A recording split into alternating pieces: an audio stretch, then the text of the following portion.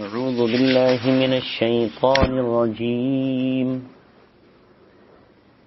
بسم الله الرحمن الرحيم إن ربكم الله الذي خلق السماوات والأرض في 6 أيام ثم استوى على العرش يغشي الليل النهار يطلبه حثيثا والشمس والقمر والنجوم مسخرات بأمره ألا له الخلق والأمر تبارك الله رب العالمين ادعوا ربكم تضرعا وخفية إنه لا يحب المعتدين ولا تفسدوا في الأرض بعد إصلاحها وادعوه خوفا وطمعا إن رحمة الله قريب من المحسنين وهو الذي يرسل الرياح بشرا بين يدي رحمته حتى إذا قلت سحابا ثقالا سقناه لبلد ميت فأنزلنا به الماء فأخرجنا به من كل الثمرات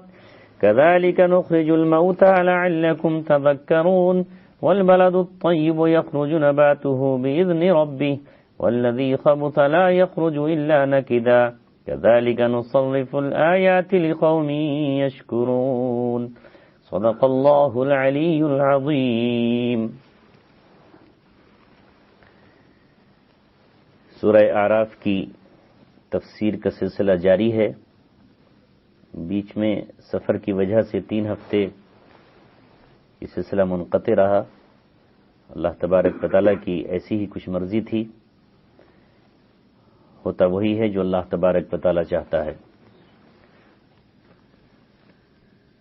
اللہ تبارک و تعالیٰ نے ان آیات میں اپنی خاص طور پر نشانیوں کا ذکر فرمایا اور اس کائنات کی طرف انسان کی توجہ مبذول فرمائی کہ تم کس کس کو اپنا رب سمجھ بیٹھے ہو، حالانکہ تمہارا رب تو صرف اللہ تبارک و تعالیٰ ہے۔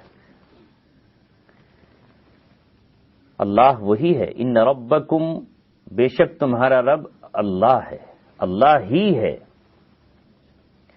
الذی خلق السماوات والارض فی 6 ایام، جس نے آسمانوں کو اور زمینوں کو 7 دنوں میں پیدا کیا۔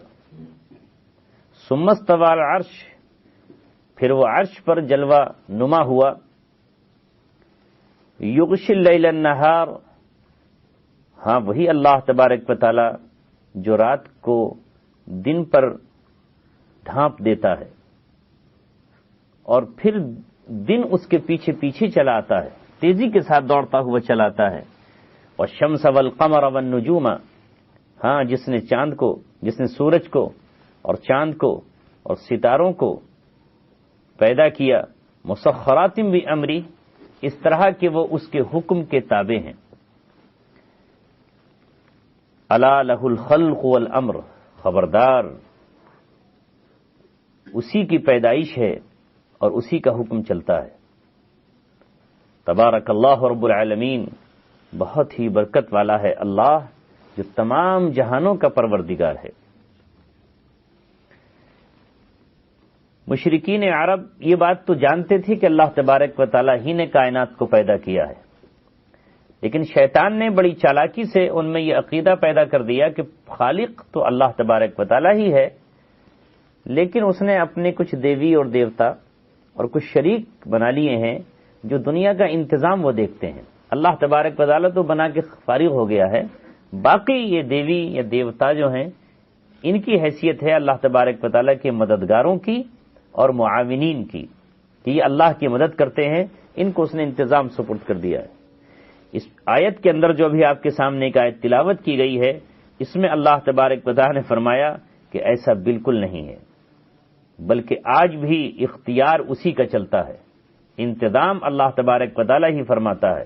یدبر الامر، تمام معاملات اور تمام فیصلے اور ہر حکم اللہ تبارک و تعالیٰ ہی کا ہوتا ہے، ایسا نہیں ہے کہ وہ بنا کر اس نے یوں ہی چھوڑ دیا ہو۔ ہاں یہ بتایا اللہ تبارک و تعالیٰ نے کہ زمین و آسمان کی پیدائش میں 6 دن لگے۔ اب 6 دن سے کون سے 6 دن مراد ہیں؟ الگ الگ علماء کی رائے ہیں۔ بعض حضرات نے تو کہا کہ ان 6 دنوں سے یہی 6 دن مراد ہیں، اس کائنات کو اللہ تبارک و تعالیٰ نے زمین و آسمان کو 6 دن میں بنایا. یکشنبہ یعنی اس کی جو شروعات ہوئی وہ اتوار سے ہوئی. یکشنبہ، دوشنبہ، سے شنبہ، چہار شنبہ، پنج شنبہ، جمعہ، اور ہفتے کے دن خالی رہا. وہ دن منقطع رہا، اسی لیے اس کو یوم السبت کہا جاتا ہے. عربی زبان میں بھی اسی طرح گنا جاتا ہے. یوم الاحد پہلا دن، یوم الاثنین دوسرا دن، یوم الثلاثاء تیسرا دن، یوم الاربعاء چوتھا دن، یوم الخمیس پانچواں دن، یوم الجمعہ جمعے کا دن، اور پھر یوم السبت، کہ یہ دن سلسلہ منقطع رہا. تو 6 دن میں اللہ تبارک و تعالیٰ نے زمین و آسمانوں کو بنایا. دوسرے حضرات یہ کہتے ہیں کہ چونکہ یہ دن جو اس وقت ہم جن کو دیکھ رہے ہیں، یہ سورج اور چاند یہ زمین کے چکروں سے بنتے ہیں، اس لیے اس دن سے یہ نہیں کہہ سکتے کہ یہ والے دن مراد ہیں. اس سے مراد ہیں 6 دور. اور اللہ تبارک و تعالیٰ کے یہاں دنوں کی شمار الگ الگ ہوتی ہے. قرآن کریم میں 2 جگہ پر اللہ تعالیٰ نے، ایک جگہ اللہ تعالیٰ کے یہاں جو دن ہے وہ 1000 سال کا ہوتا ہے. ان یوما عند ربک کالف سنۃ مما تعدون، بے شک تیرے رب کے نزدیک جو دن ہے وہ 1000 سالوں کی برابر ہے جن کو تم شمار کرتے ہو. اور دوسری جگہ اللہ نے فرمایا کہ تعرج الملائکۃ والروح الیہ فی یوم کان مقدارہ 50,000 سنہ، 50,000 سال ہے ایک دن اللہ تبارک و تعالیٰ کے یہاں. تو اب اللہ تبارک و تعالیٰ بہتر جانتا ہے کہ یہاں دن سے مراد یہ دنیا والے دن ہیں، جمعہ اور یہ والے دن، یا وہ 1000 سال والا دن ہے، یا 50,000 سال والا دن اللہ تبارک و تعالیٰ کے یہاں ہے.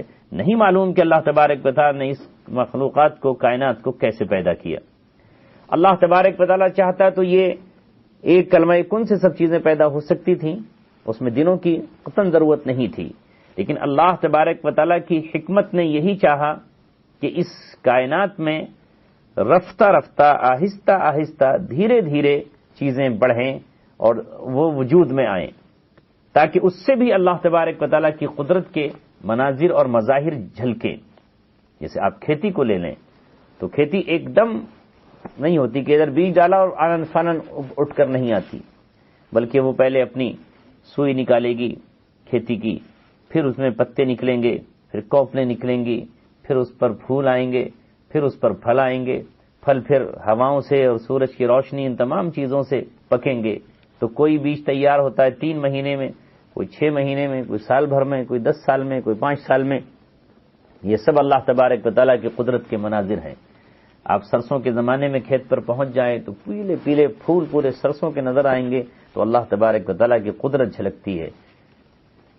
تو اسی طرح الگ الگ دیکھیں آپ، آم کو لے لیں، اس کی جب جس وقت اس کے پھل آ رہے ہوتے ہیں، پھول آ رہا ہوتا ہے، تو پورے کا پورا سفید ہوا ہوتا ہے. تو یہ اللہ تبارک و تعالیٰ کی قدرت ہے کہ کبھی کھیتی لہرا رہی ہے. یعنی ایک کسان کے گھر تک آنے میں ایک وقت لگتا ہے، ایک وقفہ لگتا ہے. انسان کی پیدائش کو لے لیں تو اس کا ایک بچپن کا زمانہ ہے، وہ عجیب و غریب دور ہے ہر اعتبار سے، ظاہری اعتبار سے بھی، بچے کی اپنی دل کی کیفیات کے اعتبار سے بھی، اس کی عقل و سمجھ بوجھ کے لحاظ سے بھی. تو وہ بھی قدرت کی کارگری ہے کہ بچپنا اس طرح ہے، جوانی اس طرح ہے، بڑھاپا اس طرح ہے، مختلف دور آتے ہیں. تو ہر چیز اللہ تبارک و تعالیٰ کے یہاں تدریجاً چلتی ہے. اس لیے اللہ تبارک و تعالیٰ نے بھی یہاں فرمایا کہ بے شک تمہارا رب اللہ تبارک و تعالیٰ ہی ہے جس نے زمینوں اور آسمانوں کو پیدا کیا ہے فی 6 ایام، 6 دن میں، ثم استوى علی العرش، پھر وہ عرش پر قائم ہو گیا. یہ عرش پر قائم ہو گیا، یہ ان آیات میں سے ہیں جن کو مشتبہات کہا جاتا ہے، یعنی ان کی حقیقت ہمیں نہیں معلوم. اہل سنت والجماعت کا اس میں عقیدہ یہی ہے کہ ہمیں صرف اس کے معنی معلوم ہیں، کیفیات نہیں جانتے. امام مالک رحمۃ اللہ علیہ کے پاس ایک شخص آیا اور اس نے آ کر سوال کیا یہی کہ اللہ تبارک و تعالیٰ عرش پر کیسے قائم ہو گیا، مجھے بتائیے. تو حضرت امام مالک رحمۃ اللہ علیہ نے اللہ تبارک و تعالیٰ کی ہیبت اور خوف سے سب نیچے جھکا لیا، اور اس کے پر ان پر کپی طاری ہو گئی، وہ لرزنے لگے. اور اس کے بعد انہوں نے فرمایا الاستواء معلوم و کیفیتہ مجہول و غیر معقول، کہ ہمیں صرف استوا کے معنی معلوم ہے، کیفیت کیا ہے کہ اللہ کیسے بیٹھا ہم نہیں جانتے، نہ ہماری سمجھ میں آ سکتا ہے. ہاں اس پر ہمارا ایمان ہے کہ اللہ تبارک و تعالیٰ عرش پر قائم ہو گیا. اور پھر اس سے کہا کہ جو شخص اس طرح کا سوال کرے وہ احمق ہے، وہ بدعتی ہے، اور اس سے کہا کہ تو بڑا عجیب آدمی ہے، لہذا اپنے ساتھیوں سے کہا اسے مجلس سے نکال دو. کیونکہ یہ ان آیات میں سے ہیں جو مشتبہات ہیں۔ اگر کوئی یہ کہے، بعض فرقے اس طرح کے پیدا ہوئے گمراہ فرقے کہ جنہوں نے یہ کہا کہ اللہ تعالیٰ ایسے ہی بیٹھ گیا جیسے بادشاہ بیٹھ گیا، اگر ایسا ثابت کر دیا جائے تو پھر اللہ تبارک و تعالیٰ کو محدود مانا جائے گا، کیونکہ وہ جو شخص بیٹھ رہا ہے وہ کسی حصے کے اندر بیٹھے گا، تو ظاہر ہے اندر جب اس کے بیٹھے تو محدود ہو گیا۔ یا تخت ہے، اگر تخت پہ یہ کہے کہ اس طرح بیٹھ گیا تو اس میں جہت لازم آئے گی، سمت، کس سمت میں بیٹھا؟ تو اللہ تبارک و تعالیٰ سمت اور جہت سے بھی پاک ہے، وہ محدودیت سے بھی پاک ہے۔ پھر اس کے لیے جسم مانا جائے گا کہ کوئی جسم ہے جو دوسری چیز پر بیٹھی، یہ سب مخلوقات کی کیفیات ہیں، اللہ تبارک و تعالیٰ ان تمام سے بے نیاز ہے۔ تو پھر اس طرح کی جتنی آیات ہیں یا اس سے مراد جو احادیث ہیں کہ اللہ تبارک و تعالیٰ رات کے آخری حصے میں آسمان دنیا پر اترتا ہے، تو اترنے سے مراد نہیں کہ اللہ تبارک و تعالیٰ وہاں سے اتر کر آتا ہے، ایسا ہرگز نہیں ہے۔ تو بس ان کی کیفیت کی طرف سے ہم کچھ نہیں کہہ سکتے، نہ ہماری سمجھ میں آ سکتی ہیں، نہ ہم اس کو سمجھ سکتے ہیں، نہ محسوس کر سکتے، ہماری عقل اس سے قاصر ہے۔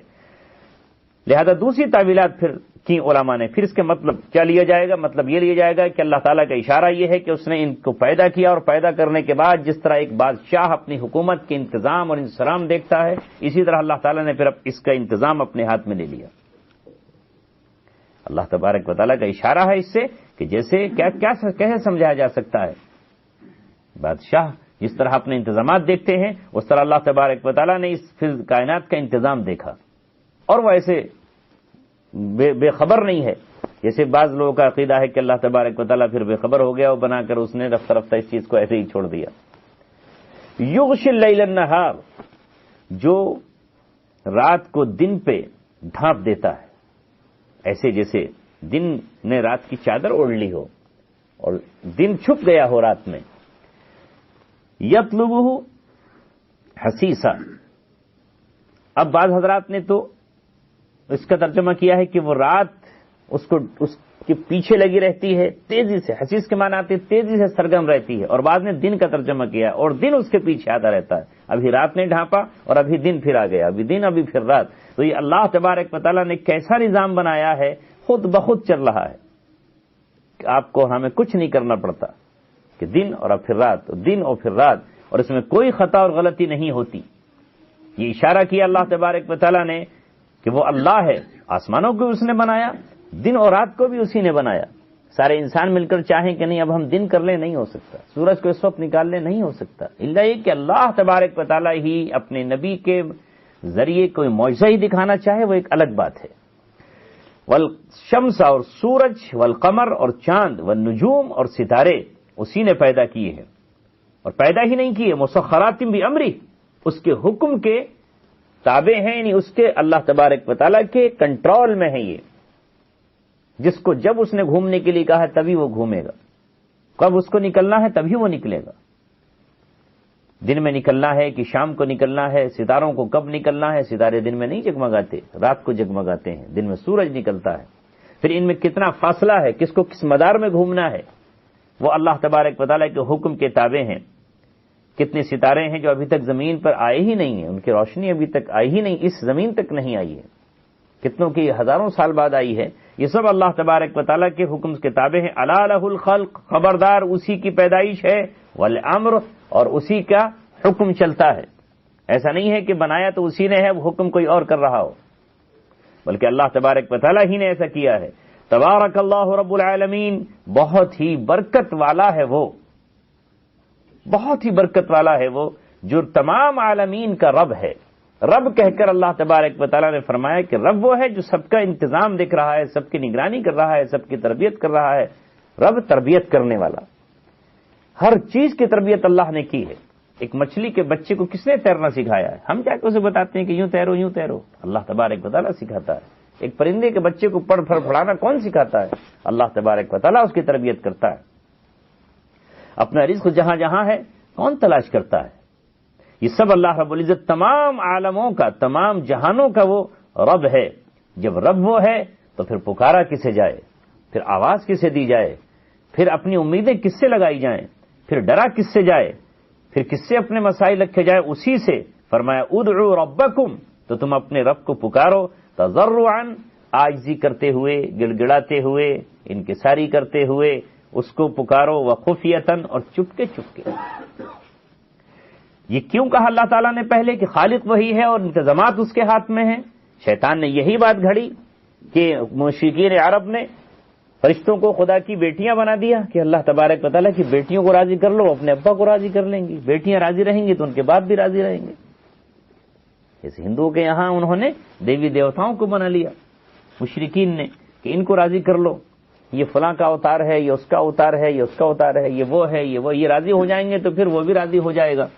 اس طرح انہوں نے انہیں خوش کرنا شروع کر دیا، اور ان کی خوشنودی کے لیے کیا کیا کرتے ہیں، ایک پتھر تو کہتے ہیں تو تصویر ہے، ہم تو اصل وہ فلاں بزرگ کی تصویر ہے، وہ ان کے پوروج تھے، بزرگ تھے، ان کی ہم نے تصویر بنا رکھی ہے، لہذا جب ہم اس تصویر کو کچھ کھلائیں گے تو وہ ان کو پہنچے گا اور وہ پھر ہماری وہاں پر جا کر سفارش کر دیں گے۔ تو اللہ تبارک و تعالیٰ نے فرمایا کہ نہیں، اپنے رب ہی کو پکارو، ان میں کوئی رب نہیں ہے، ان میں کوئی خالق ہی نہیں ہے، ان کے کسی کے ہاتھ میں کچھ ہے ہی نہیں، تو کس کو پکاریں؟ ادعوا ربکم، اپنے رب کو پکارو، اور پیچھے بات آ چکی ہے کہ رب ہے اللہ، تو اللہ تبارک و تعالیٰ کو پکاریں تضرعا و خفیتاً، عاجزی کرتے ہوئے، وہ خفیتاً اور چپکے چپکے، کیونکہ جب وہ سنتا ہے سب کی تو پھر چپ کے پکارے، اپنے دل کی بات اسی سے کہیں، راز و نیاز کی بات اللہ تبارک و تعالیٰ سے کہیں۔ اسی وجہ سے ایک دوسرے مقام پر اللہ تعالیٰ نے حضرت زکریا علیہ السلام کی جو دعا کو نقل کیا ہے، وَنَادَى وَزَكَرِيَّا نَادَى رَبَّهُ نِدَاءً خَفِيًّا، اور حضرت زکریا علیہ السلام نے اپنے رب کو خفیہ، چپکے سے پکارا، خفیہ پکارا اللہ تبارک و تعالیٰ کو۔ اس لیے علماء کے نزدیک دعا میں آہستگی اس لیے اختیار کی گئی کہ آہستہ اگر دعا کریں تو قرآن کی اس آیت پر بھی عمل ہے اور حضرت زکریا علیہ السلام کی جو دعا اس پر بھی عمل ہے، اس لیے چپ کے بھی پکارا جائے اللہ تعالیٰ کو، یہ افضل اور اولا ہے۔ لیکن اس کے بھی خلاف نہیں ہے کہ کبھی زور سے بھی پکار لیا جائے، وہ بھی جائز ہے، اللہ تبارک و تعالیٰ کو دونوں طرح پکارا جا سکتا ہے۔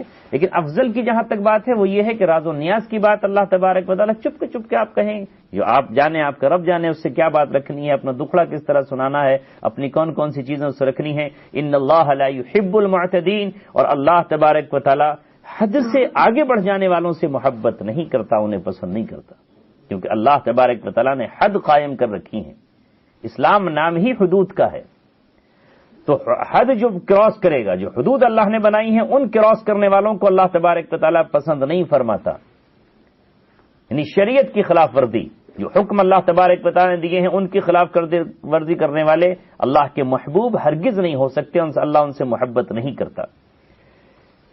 اب آگے فرمایا کہ یہ حدود کو کراس کر جانا ہی ظلم ہے اور فساد ہے۔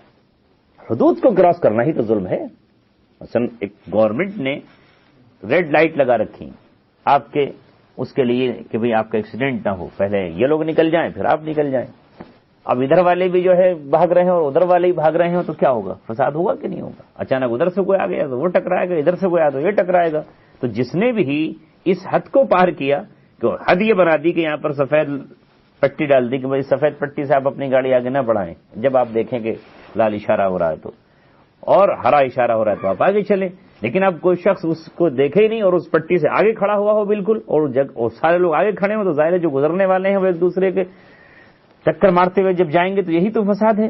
تو ایسے ہی اللہ تبارک و تعالیٰ نے حد قائم کی ہے، اور جو حد سے آگے بڑھا تو سمجھیے کہ اس نے فساد برپا کر دیا، یہی ہے فساد۔ اسی کو اللہ نے آگے فرمایا وَلَا تُفْسِدُوا فِي الْأَرْضِ بَعْدَ إِصْلَاحِهَا، کہ زمین پر زمین کی اصلاح کے بعد فساد مت مچاؤ۔ اللہ نے زمین کو صالح بنایا ہے، اصل ہے صالح اور صحیح ہونا، اس میں انسان کی کرتوتوں سے اور شیطان کے اس میں عمل دخل سے اور اللہ تبارک و تعالیٰ کے قانون شریعت کو توڑنے سے فساد پیدا ہوتا ہے، ورنہ حقیقتاً زمین پر فساد نہیں تھا، نہ ہے۔ جب آدم علیہ السلام کو اللہ تبارک و تعالیٰ نے زمین پر بھیجا ہے تو آپ حضرات کو معلوم ہے کہ اس سے پہلے یہاں شیاطین تھے، ان شیطانوں نے یہاں فساد مچایا، تو ان سب کو ختم کر دیا اللہ تبارک و تعالیٰ نے۔ جس وقت آدم علیہ السلام آئے ہیں تو زمین بالکل پاک اور صاف تھی، اور ایک عرصہ دراز تک وہ پاک و صاف رہی۔ جب نوح علیہ السلام آدم علیہ السلام دنیا سے چلے گئے، شیس علیہ السلام چلے گئے، اس کے بعد پھر شیطان نے انسان کو غلط راہ پر ڈال دیا، پھر فساد برپا ہوا ہے، دوسرا فساد۔ آدم علیہ السلام آئے ہیں تو زمین پہ فساد نہیں تھا، آیت یہ بتا رہی ہے کہ اللہ فرما رہا ہے کہ زمین کی اصلاح کے بعد فساد مت مچاؤ، تو اصلاح اللہ تبارک و تعالیٰ کر چکا تھا۔ پھر فساد ہوا تو حضرت نوح علیہ السلام تشریف لائے، اور نوح علیہ السلام نے پھر اپنی قوم کو سمجھایا، لیکن وہ قوم نہیں مانی۔ جب نہیں مانی تو پھر ایک بار اللہ تعالیٰ نے زمین کو پاک کیا، وہ سارے مشرکین اور فسادی پانی میں ڈوب کر ختم ہوئے، اور زمین کی پھر سے اللہ تبارک و تعالیٰ نے اصلاح کی۔ اور پھر اس کے بعد قوم عاد آئی، قوم عاد نے یہ اس کے وارث بنی قوم نوح کی، پھر اس نے فساد مچایا تو پھر اس کو ختم کیا اللہ تبارک و تعالیٰ نے۔ پھر قوم سمود آئی، پھر قوم سمود کو ہلاک کیا، پھر دوسری قومیں آئیں۔ تو اللہ تبارک و تعالیٰ فرما رہا ہے کہ اللہ تعالیٰ کا ضابطہ یہ ہے کہ وہ زمین کو پاک اور صاف رکھنا چاہتا ہے، اور جب تک کوئی قوم اللہ تبارک و تعالیٰ کی شریعت پر عمل کرتی رہے گی اللہ اس کو ہلاک نہیں کرتا۔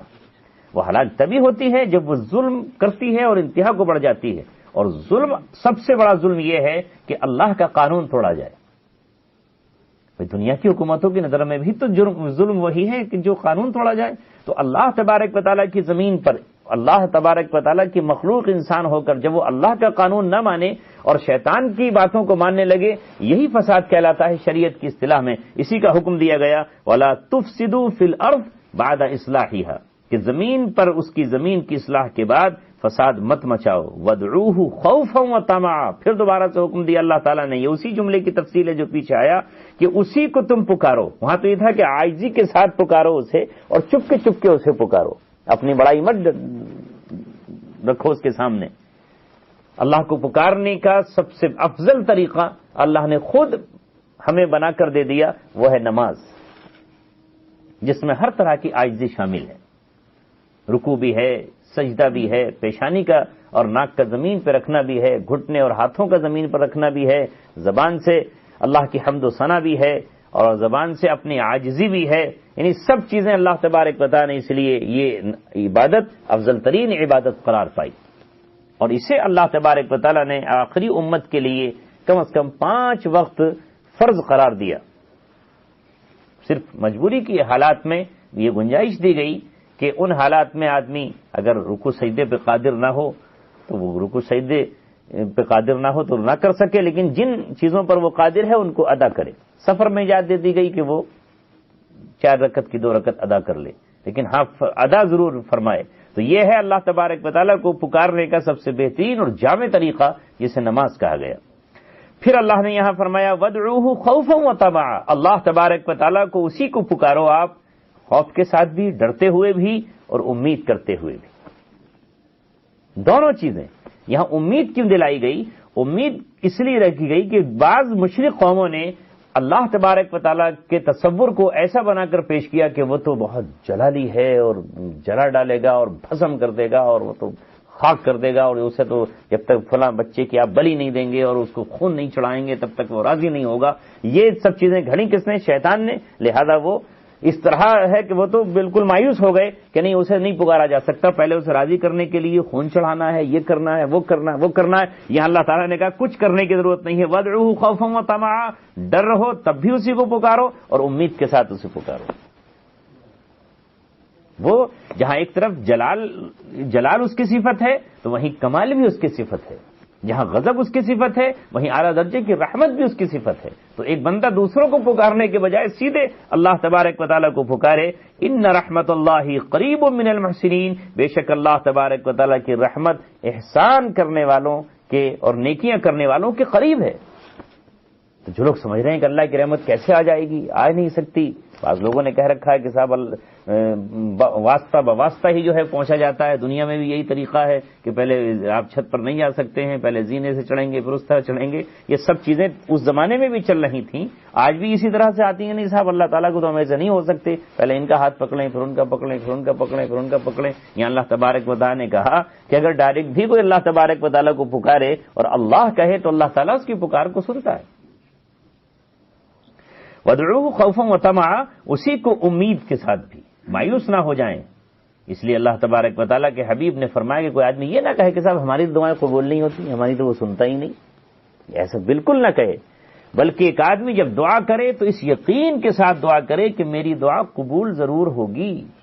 یہ کہنا ناشکری ہے کہ صاحب میری دعا قبول نہیں ہوتی، کیوں نہیں قبول ہوتی ہیں؟ اللہ تبارک و تعالیٰ قبول کرتا ہے اس لیے کہ وہ رحیم ہے، اللہ تبارک و تعالیٰ رحیم ہے۔ پھر قبولیت کے 3 درجے ہمیں بتا دیے گئے کہ ضروری نہیں کہ جو آپ نے مانگا ہے وہ اس وقت آپ کے لیے نفع بخش بھی ہو۔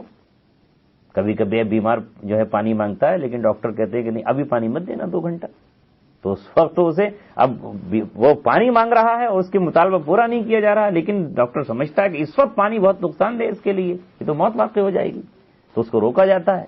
وہ کھانے کی کوئی چیز مانگتا ہے، نہیں سب کھانا نہیں دینا ہے، اسے لکوڈ کوئی چیز دینا ہے، ایسی وہ نہیں سمجھتا۔ تو کبھی کبھی بندہ اللہ تبارک و تعالیٰ سے وہ مانگ لیتا ہے جو دنیا میں اس کے لیے ہو سکتا ہے ہلاکت کا سبب بن جائے، اور وہ اس وقت اس کے لیے مناسب نہ ہو، تو اللہ تبارک و تعالیٰ اس کی ریکویسٹ تو قبول کر لیتا ہے، لیکن اس وقت دے گا اسے جب وہ اس کے مناسب حال ہوگی وہ چیز۔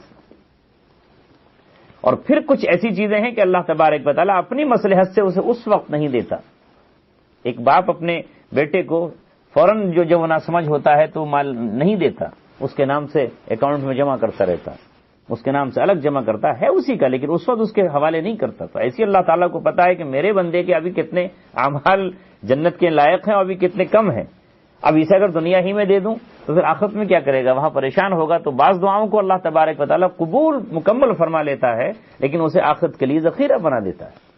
اور یہی وہ دعائیں ہیں جن کو آخرت میں جب بندہ دیکھے گا تو کہے گا کہ کاش دنیا میں کوئی خواہشی پوری نہیں ہوتی، کوئی دعا پوری نہیں ہوتی، آج یہاں ملتی، دنیا والا تو ختم ہو گیا معاملہ، تو سب گزر جاتا ہے۔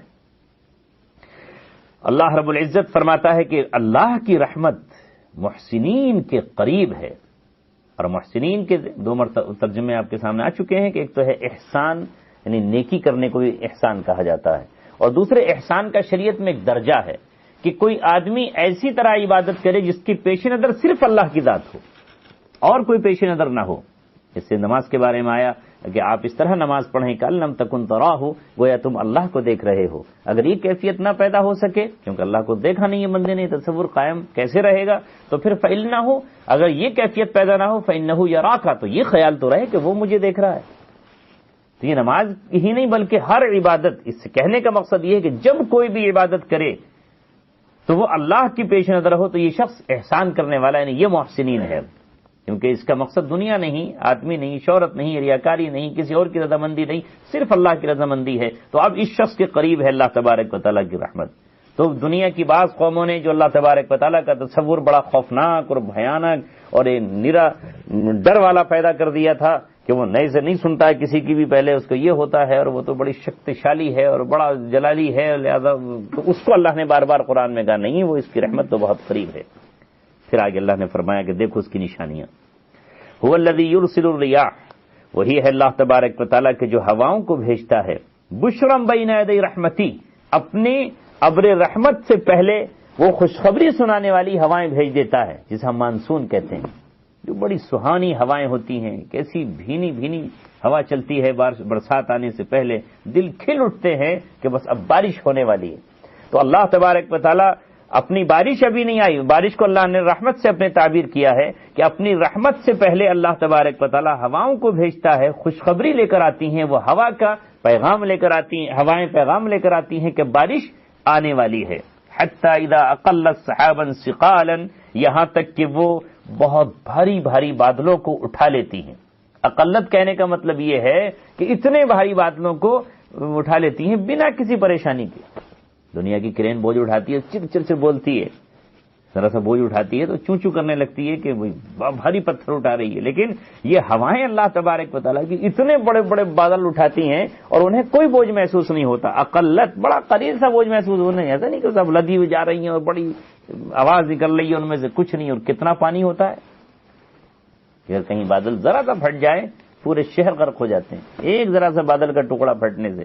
تو اللہ فرماتا ہے اذا اقلت سحابا ثقالا، کہ جب وہ بھاری بادلوں کو اٹھا لیتی ہے، سقناہ لبلد میت، تو ہم ان کو ہاتھ دیتے ہیں ایسی زمین کی طرف جو بنجر ہوتی ہے، جس پر پانی نہیں ہوتا، اور پھر ہم اس کو سیراب کر دیتے ہیں، اسے ہکا دیتے ہیں، ہم اس پر وہاں بھیج دیتے ہیں۔ اور پھر اللہ تبارک و تعالیٰ فرماتا ہے کہ ہم اس پانی کے ذریعے سے فَأَنزَلْنَا بِهِ الْمَاءَ، اس پانی کے ذریعے سے ہم وہاں ہر طرح کی میوے اور پیداوار کو نکال لیتے ہیں۔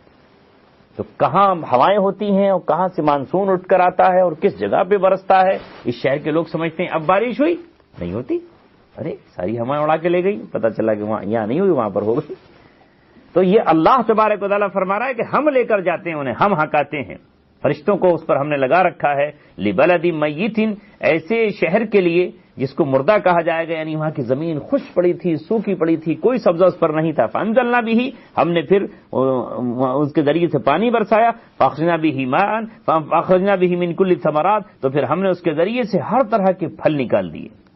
کذالک نخرج الموتى، اس کو بیان کر کے اللہ فرماتا ہے کہ اسی طرح ہم مردوں کو نکالیں گے، لعلکم تذکرون، تاکہ تم نصیحت حاصل کرو، اس لیے ہم بیان کر رہے ہیں۔ تو یہ نشانیاں اللہ تبارک و تعالیٰ نے انسان کو سمجھائیں کہ یہ مت سمجھو کہ دوبارہ تم نہیں اٹھائے جاؤ گے، دوبارہ اٹھائے جاؤ گے، جس طرح ہم برسات کے ذریعے سے ہم زمین کے اندر جو بیج چھپے ہوئے ہوتے ہیں انہیں اگا دیتے ہیں، تو اسی طرح ہم تمہیں زمین سے نکالیں گے اور تمہیں دوبارہ ہم زندہ کریں گے، اور اس دن ہم تم سے پوچھیں گے۔ اس کے بعد اللہ تعالیٰ فرماتا ہے کہ تین طرح کی زمینیں ہوتی ہیں، بعض زمینیں وہ ہیں جو زرخیز کہلاتی ہیں، اور بعض زمینیں وہ ہیں جو بنجر کہلاتی ہیں۔ بنجر زمینوں پہ پانی برسے تو ان کا کوئی فائدہ نہیں ہوتا، زرخیز زمین پہ جب بارش ہوتی ہے تو اس سے بہت فائدہ ہوتا ہے، وہ کھیتیاں اس سے نکلتی ہیں، سبزے نکلتے ہیں، اور پھل اور فروٹ نکلتے ہیں۔ تو اسی طرح یہ بات کہہ کر اللہ تعالیٰ سمجھانا چاہتا ہے کہ ایسے ہی انسانوں کے دل بھی ہیں۔ رسول اللہ صلی اللہ علیہ وسلم نے ایک حدیث میں بیان بھی فرمایا، جس کا مفہوم اس طرح ہے کہ میرا پیغام اور میری دعوت و ہدایت اس طرح ہے جیسے بارش ہوتی ہے، اور انسانوں کے دل اس طرح ہے جس طرح بارشوں کی قسمیں ہوتی ہیں۔ ایک زمین تو وہ ہے کہ جب اس پہ بارش ہوتی ہے تو وہ پانی کو جذب کر لیتی ہے، اور اس پانی کے ملتے ہی اپنے اندر کی جو صلاحیت ہے، جو اس کے اندر خیر ہے، وہ فوراً سبزہ اس پر اگ جاتا ہے، لہلہا اٹھتی ہے۔ ایک زمین اس قابل تو نہیں ہوتی کہ وہ اس پانی سے سبزہ اس سے اگے یا اس سے پھل نکلیں، لیکن وہ اپنے پانی کو اسٹور کر لیتی ہے، جیسے تالاب ہوتے ہیں، نہریں ہوتی ہیں۔ اس سے یہ ہوتا ہے کہ وہ پیداوار تو ان سے نہیں ہوتی، لیکن وہ پانی کو اسٹور کر کے کم از کم رکھ لیتی ہیں، اور پھر اس کے ذریعے سے وہ پانی کھیتوں میں پہنچ جاتا ہے، تو وہ بھی سبب بن جاتی ہیں کھیتی کے اگانے کا، لیکن براہ راست نہیں بنتی۔ اور تیسری قسم کی کھیتیاں وہ ہیں جو بنجر ہیں، کہ جب ان پہ بارش ہوتی ہے تو بجائے اس کے کہ وہ پھل دیتی، وہ اور کیکر، ببول اور الٹے سیدھے کانٹے دار درخت اس میں سے نکلتے ہیں، اندر جو اس کے بھرا ہوا تھا فساد، جو خرابیاں تھیں وہ نکل کے باہر آ گئیں۔ تو یہی مثال آپ نے فرمایا کہ میری دعوت کی ہے، یعنی اللہ یا لے لیں قرآن کی ہے تو آپ قرآن ہی لے کر آئے۔ تو جس طرح جب اللہ تعالیٰ کی طرف سے کوئی نبی اللہ کا پیغام لے کر آتا ہے، اس کی حیثیت بارش کی سی ہوتی ہے، وہ اللہ کی رحمت ہوتی ہے۔ اب اس کو قبول کرنے میں انسانوں کی بھی تین قسمیں ہو جاتی ہیں۔ ایک تو وہ انسان ہیں جن کے اندر صلاحیت ہوتی ہے، وہ صالح ہوتے ہیں، وہ نیک ہوتے ہیں، بس جیسے ہی وہ چیز آتی ہے اللہ تعالیٰ کی کتاب اور وحی، فوراً وہ اسے قبول کر لیتے ہیں اور دوسروں کو نفع پہنچاتے ہیں، دوسروں تک بھی اس پیغام کو وہ پہنچاتے ہیں۔ کچھ لوگ اس درجے میں تو نہیں ہوتے کہ وہ دوسروں کو پہنچا سکیں، لیکن وہ اسے جمع کر کے رکھ لیتے ہیں۔ اب اس سے جانور آ کے فائدہ اٹھا لیتے ہیں، جیسے پانی سے تالاب پہ پانی پی لیا، اوروں نے پی لیا، اس طرح ان سے فائدہ کم از کم دوسرے اپنے موقع کے اعتبار سے اٹھاتے رہتے ہیں۔ اور تیسرے وہ لوگ ہوتے ہیں جن کے اندر برائیاں اور خرابیاں بنجر زمین کی طرح چھپی ہوتی ہیں۔ جب نبوت کا اعلان ہوتا ہے اور جب نبی اپنا پیغام سناتا ہے تو وہ اندر کی کیڑے مکوڑے نکالنا شروع کر دیتے ہیں، کانٹے اور جھاڑ جھنکاڑ اور ببول اور کیکر ان سے نکلتے ہیں، اور وہ دشمنی پر ابھر آتے ہیں۔ اس سے پہلے تو پتہ نہیں چلتا کہ ان کے اندر کیا ہے۔ جیسے رسول اللہ صلی اللہ علیہ وسلم نے جب اپنا پیغام پہنچایا تو آپ نے دیکھا کہ ایک گروہ وہ تھا کہ جس نے اس کو قبول کیا، اور بکر صدیق جیسا اس نے بھی، وہ بھی داعی بن گئے، اور انہوں نے دوسروں کو فائدہ پہنچانا شروع کر دیا۔ جو آپ سے سیکھا دوسروں کو سکھا دیا، جو آپ سے لیا وہ دوسروں تک پہنچا دیا، کھیتی ہری بھری ہو گئی۔ اور ایک ابو جہل اور ابو لہب اور اس طرح کے یہ لوگ تھے کہ جو اندر سے ان کی خباثت ابھر نکلی اور انہوں نے ستانا شروع کر دیا۔ اسی کو اللہ نے فرمایا والبلد الطیب یخرج نباتہ باذن ربی، اور جو عمدہ اور پاکیزہ زمینیں ہیں، جو زرخیز زمینیں ہیں، یخرج نباتہ، تو وہ اپنی پیداوار کو اللہ کے حکم سے نکالتی ہیں۔ والذی خبث لا یخرج الا نکدا، اور جو خبیث زمینیں ہیں تو وہ نہیں پیداوار دیتی، یا تو ادھوری نہیں ناقص دیتی ہیں، یا کیکر ببول اس ٹائپ کی نقصان دہ، کچھ ان سے نہیں نکلتا۔ تو اسی طرح انسان بھی ہیں۔ یہاں آ کر کے ذہن کو تسلی ہوتی ہے کہ ہم توقع رکھتے ہیں بعض دفعہ تمام انسانوں سے کہ وہ ایک جیسے ہو جائیں۔ ہم کبھی کبھی سوچتے ہیں کہ ان کی طرح جانب سے یہ رد عمل کیوں ہے، ایسا کیوں ہو رہا ہے، لیکن جب اندر کی زمین ہی بنجر ہے تو وہ تو پانی کے بارش کے ہوتے ہی اور زیادہ اس سے نقصانات پیدا ہوں گے۔ کذالک نصرف الآیات، اسی طرح ہم آیتوں کو پھیر پھیر کر بیان کر رہے ہیں۔ نصرف کے معنی آتے ہیں الٹ پلٹ کرنا۔ تو کبھی آسمان کی مثالیں دیں، کبھی زمین کی دیں، کبھی پانی کی دیں، کبھی اللہ تبارک و تعالیٰ نے انسان کی خود اپنی مثالیں دیں، بارش کی مثال دی۔ تو اللہ تعالیٰ فرماتا ہے کہ اسی طرح ہم اپنی اس طرح ہم آیتوں کو پھیر پھیر کر بیان کر رہے ہیں لقوم یشکرون، اس قوم کے لیے جو شکر گزار ہے، جو شکر ادا کرتی ہے۔ ناقدروں کے لیے سب کچھ بیکار ہے۔ جیسے مثال مشہور ہے کہ بھینس کے آگے آپ بین بجائیے تو کیا ہوگا؟ وہ بین کی آواز کو جانتی ہی نہیں، تو آپ کتنا ہی کریں، اسے کیا پتا ہے کہ کیا ہو رہا ہے، اسے کچھ معلوم نہیں ہے۔ تو یہ جو نشانیاں اللہ تعالیٰ بیان فرما رہا ہے اپنی کتاب میں، اس سے وہی قوم فائدہ اٹھائے گی جو قدر کرتی ہے، جو قدردان ہے اللہ تبارک و تعالیٰ کی۔ یہ بات بیان فرما کر اللہ تبارک و تعالیٰ نے آگے پھر قوموں کے، وہ جو زمین کی بات آئی تھی اور جس سے پہلے حضرت آدم علیہ السلام کی بات آئی تھی کہ آدم علیہ السلام کا معرکہ کس طرح ابلیس سے شروع ہوا، پھر اللہ نے فرمایا کہ جب زمین کو جن لوگوں نے فاسد کیا، ایک وقت تک، ایک حد تک ہم نے ان کو مہلت دی، اور اس کے بعد پھر ہم نے ان سے زمین کو پاک اور صاف کر دیا۔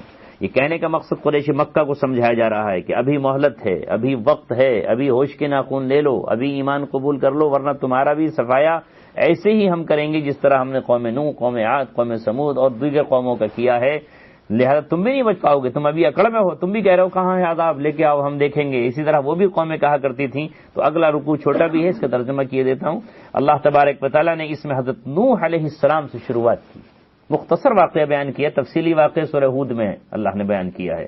لقد ارسلنا نوحا الی قومی، جب نوح علیہ السلام کی قوم کے اندر فساد برپا ہوا، انہوں نے بت بنا لیے، جو سورہ نوح میں بیان فرمایا ہے۔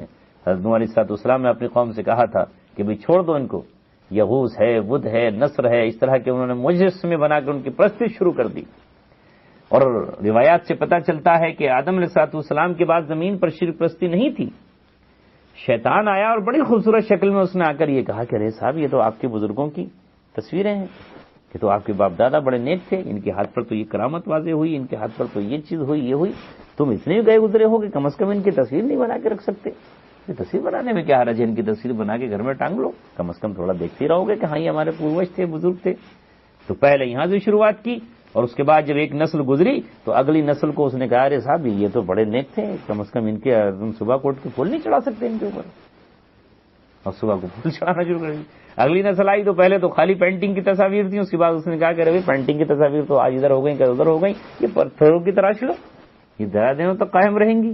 یہاں سے بت پرستی کا یعنی مزید اور عروج ہوتا چلا گیا۔ تو اس قوم کو سمجھانے کے لیے اللہ تعالیٰ نے حضرت نوح علیہ السلام کو بھیجا، جن کی عمر ہی اللہ تعالیٰ نے ہزاروں سال دی۔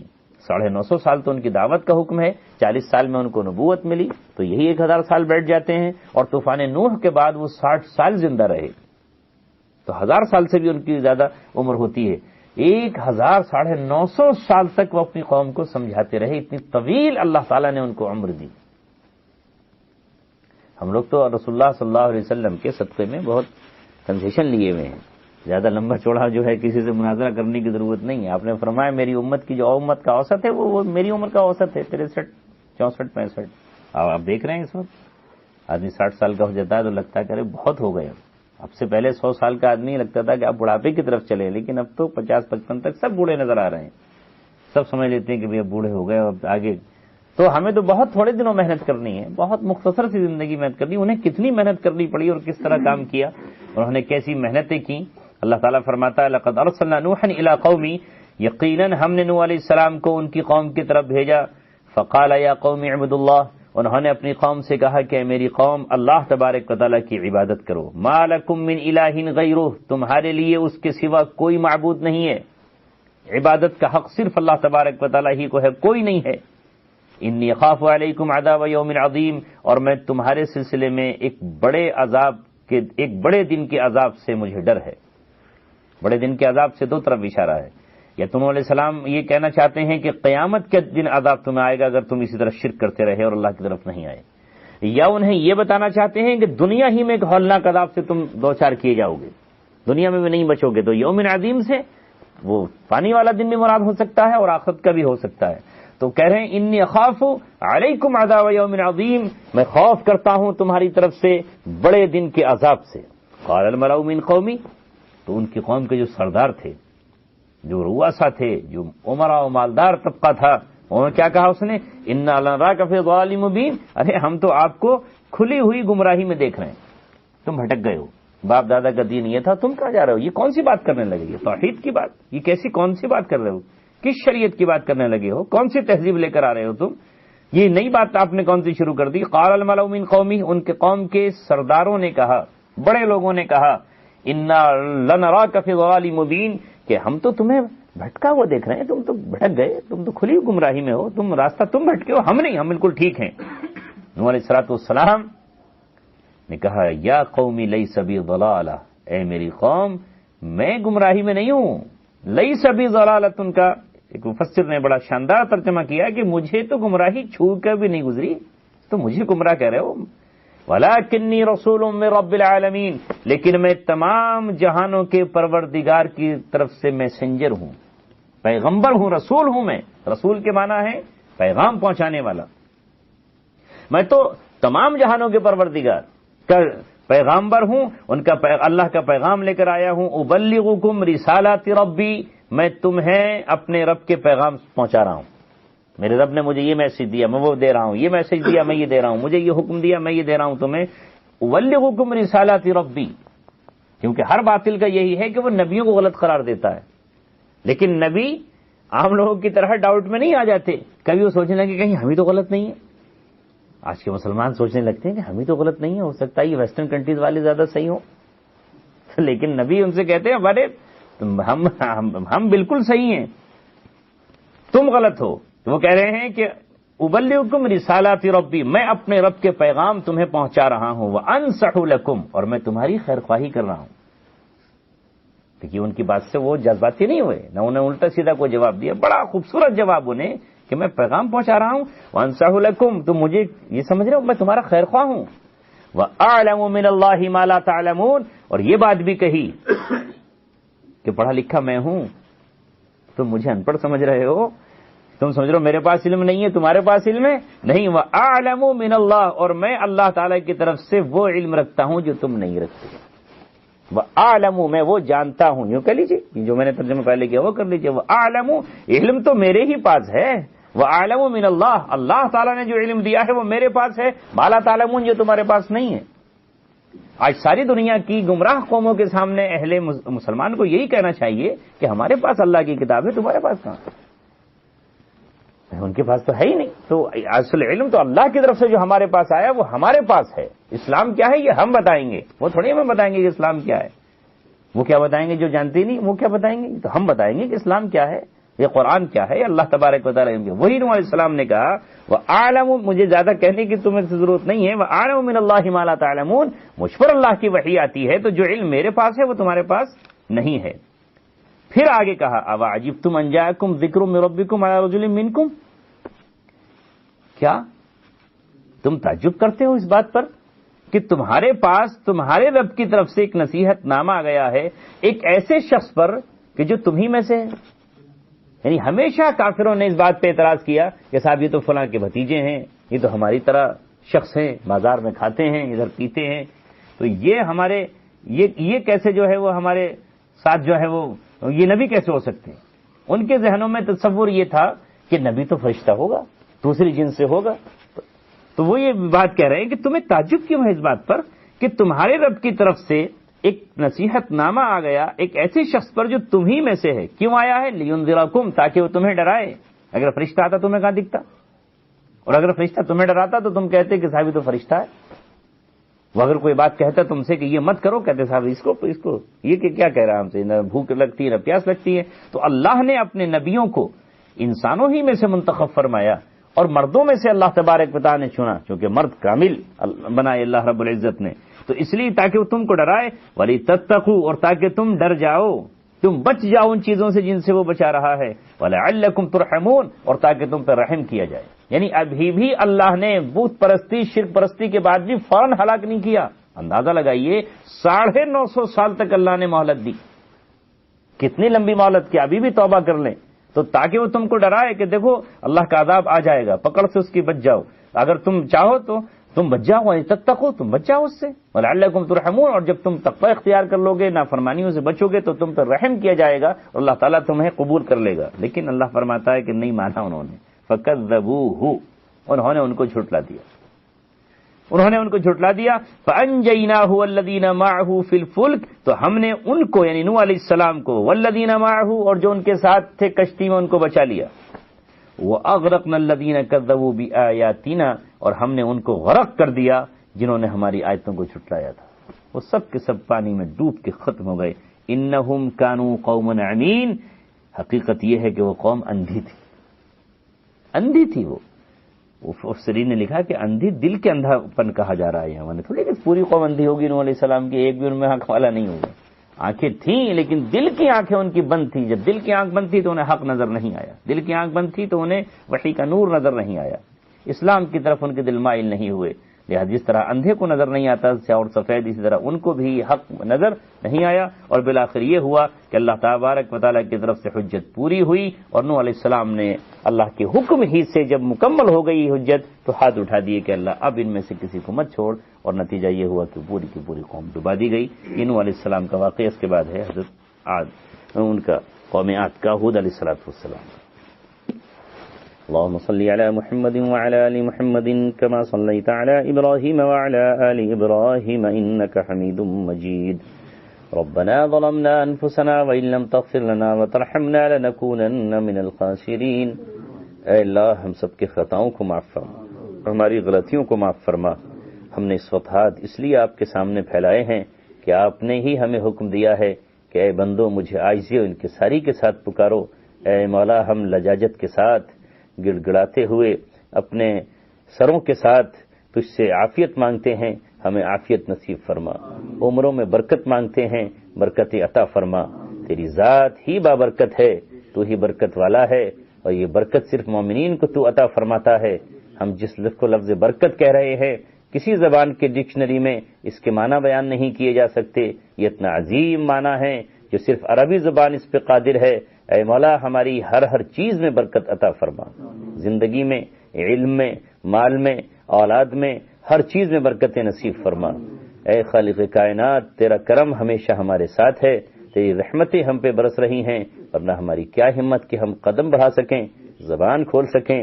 تو جب چاہے زبان ٹھہر جائے، تو جب چاہے دل رک جائے، تو جب چاہے ہاتھ اپنا کام چھوڑ دیں، رگوں میں خون دوڑنا بند کر دے۔ اے مولا ہماری الجھنوں سے حفاظت فرما، بیماریوں سے حفاظت فرما، شیطانی اثرات سے حفاظت فرما۔ اے مولا ہماری زندگی کو آسان بنا دے، اور مشکلوں کو ہمارے لیے آسان فرما۔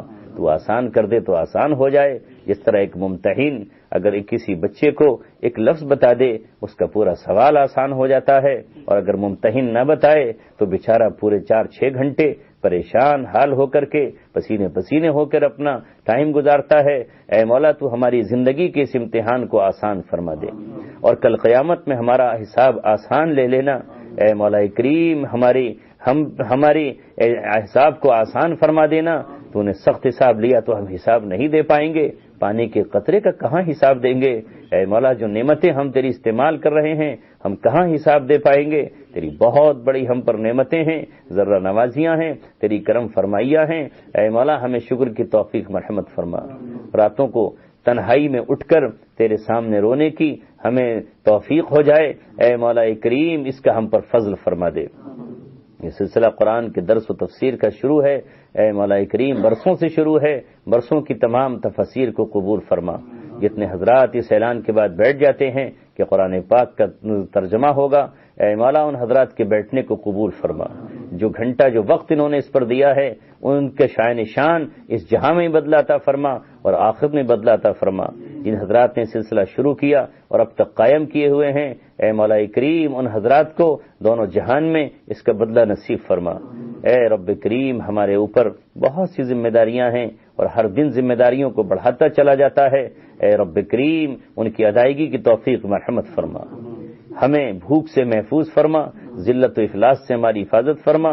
اے مولا کریم تیرے خزانے معمور ہیں، بھرے ہوئے ہیں، تو اگر چند اس میں سے عطا کر دے تو ہمیں عزت مل جائے اور ہمارا کام چل جائے۔ اے مولا کریم اپنی نعمتوں سے ہمیں محروم نہ فرما۔ ایک دن آئے گا کہ کہ تو ساری نعمتوں کو تہس نہس کر دے گا، یہ پہاڑ چلا دیے جائیں گے، یہ روشنیاں بے نور کر دی جائیں گی، سمندروں کے موتی بکھیر دیے جائیں گے، اے رب کریم سب کچھ تہس نہس ہو جائے گا۔ اس نعمتوں سے ہمیں فائدہ مند ہونے کی توفیق مرحمت فرما۔ ہماری ان دعاؤں کو اور جن حضرات نے بھی موقع بموقع دعاؤں کے لیے کہا ہے ان سب کی دعاؤں کو اپنے فضل سے قبول فرما۔ سبحان ربک رب العزت عما یصفون وسلام علی المرسلین۔